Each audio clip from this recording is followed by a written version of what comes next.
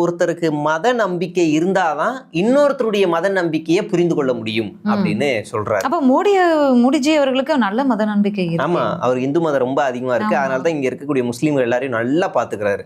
குஜராத்ல எல்லாம் கோத்ரா அப்படி பார்த்து அரவணைச்சுக்கிட்டாரு அப்படி. அப்புறம் அமித்ஷாவெல்லாம் சொல்லவே வேணாம். NRCCA எல்லாம் அவர் அரவணைச்ச விதத்தை பார்க்கும்போது மெச்சுக்கணும். அப்புறம் நிதிஷ்குமார் இருக்காரு, அவருக்கெல்லாம் மத நம்பிக்கை ஆகா கடைசியில ஹிஜாபை தூக்கி பார்த்து சூப்பரா பண்றாங்க. மத நம்பிக்கை இவங்களுக்குலாம் இருக்கு. அதாவது விஜயோட அதிகமா இருக்கு. இவங்க அடுத்த மதத்தை உணர்றாங்க. விஜய் அவர்களும் வந்துருவாரு. அதனாலதான் இப்ப வரைக்கும் திருப்பரங்குன்றத்தெல்லாம் பேசல அவரு. இப்ப இது அப்படியே உல்டாவா வரும். உங்களுக்கு முதல்ல மத நம்பிக்கை இருக்கு, இன்னொரு மதத்தை உணர்றீங்க, நீங்க மதிக்கிறீங்களா? பீஸ்ட், வேலாயுதம், துப்பாக்கி படத்துல நீங்க என்ன வேலை பார்த்தீங்க? அசிங்கமா இல்ல சொல்றதுக்கு. அதனுடைய தொழில்லாம் நீங்க இன்னொரு மதத்தை கேவலப்படுத்துவீங்களா?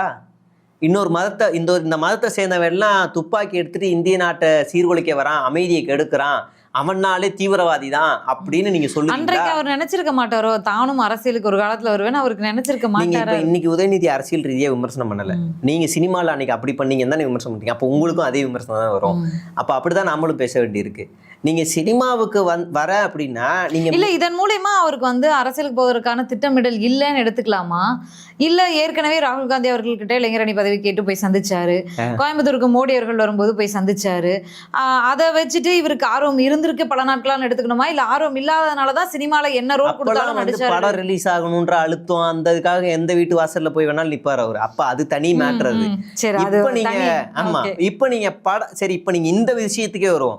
அரசியலுக்கு வரேன்னு சொல்லிட்டீங்கல்ல, வந்ததுக்கு அப்புறம் தானே அந்த கோட்டுன்னு ஒரு படம் ரிலீஸ் ஆச்சு.